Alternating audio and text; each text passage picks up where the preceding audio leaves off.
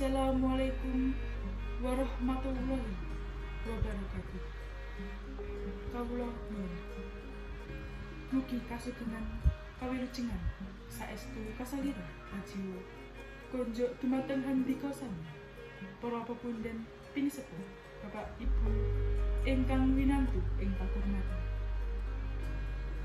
ingkang dahat kinurmatan Bapak Bupati Ponorogo Sarimbet Ibu Kang Sugiri Sanjoko, ingkang kinurmatan jajaran Forum Pimpinan Daerah Kabupaten Ponorogo, ingkang kinurmatan panjenenganipun ex-Camat Ngebu, ingkang kinurmatan Bapak Camat Ngebu saha jajaran Forum Komunikasi Pimpinan Kecamatan Ngebu, ingkang kawula hormati Bapak Kepala Desa saha tim penggerak PKK sewilayah Kecamatan Ngebu, para rawuh kakung Semana Putri ingkang winantu ing suka basuki,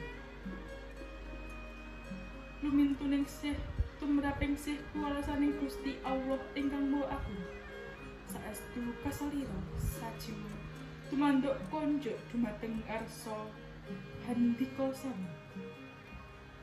Kawiwit wonten ing kalenggahan menika keparenga penggalih saged kalaksanakaken upacara larungan wonten ing Talaga Ngebel kanthi wilujeng kalis ing rubeda nir ing sambita.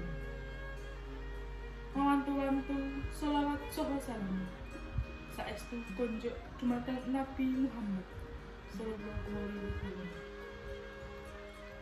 Para pepundhen Bapak Ibu ingkang dahat kinurmatan, nyuwun pangapunten awit mawanto kula jinejer minangka titah kalanging agung kepareng ngaturaken titi taksitaning adicara larung Talaga Ngebel warsa 2000 selangkung. Adicara ingkang sepisan inggih menika pambuka. Adicara angka 2 meninggih tutungan. Adicara angka 3 inggih menika dawuh pangandikan sulih salira saking Kadang Panawung Krida. Adicara salajengipun inggih menika arak-arakan Bujeng Semi. Adicara salajengipun meninggih palapuran kalajengaken larung Bujeng Agung. Adicara ingkang pungkasan inggih menika panutup. Wekdal ingkang sampun kaparingaken wekdal hangrangsang siang. Semangga adicara larung wonten ing Talaga Ngebel kalenggahan menika katiti surya wonten ing dinten Jumat 17 Juni 2000 selangkung. Sareng-sareng kaperwakan kanthi waosan kasembah. Bismillahirrahmanirrahim. Adicara salajengipun inggih menika waosan doa ingkang mangke kaaturaken ingkang dahat kinurmatan Bapak Pangarsa KUA Kecamatan Ngebel dumateng panjenenganipun Bapak Sasono. Nuwun kasumanggaken.